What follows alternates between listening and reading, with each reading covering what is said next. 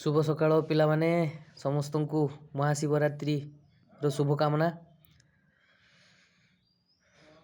देख तुम 27 तारिख मैथमेटिक्स परीक्षा रही केतटी सिलेक्शन प्रश्न रही जो सिलेक्शन प्रश्न टी समस्त भल भाव देखा देखिकी प्रैक्टिस करिकी जीव।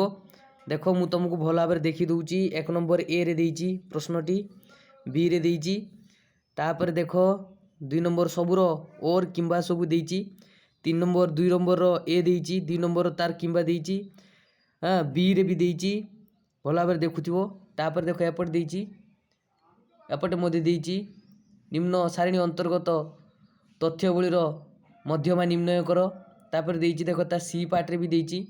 आलजेब्रा पार्ट रो जेतिको प्रश्न पड़िबो सबू प्रश्न मु इंपोर्टेंट प्रश्न जोगुड़ा मु आलोचना कर देइची देखि देइची भल भाव समस्ते देखि जीवो। देखुथिबो एपटू आउ थरे प्रथम रु पुणी भल भाव देखि दउची समस्ते भल भाव देखि जीवो, भल भाव प्रैक्टिस कर जीवो। यह पढ़िबार बहुत मात्रार संभावना रहउची, भल भाव प्रैक्टिस करिक समस्ते जीवो।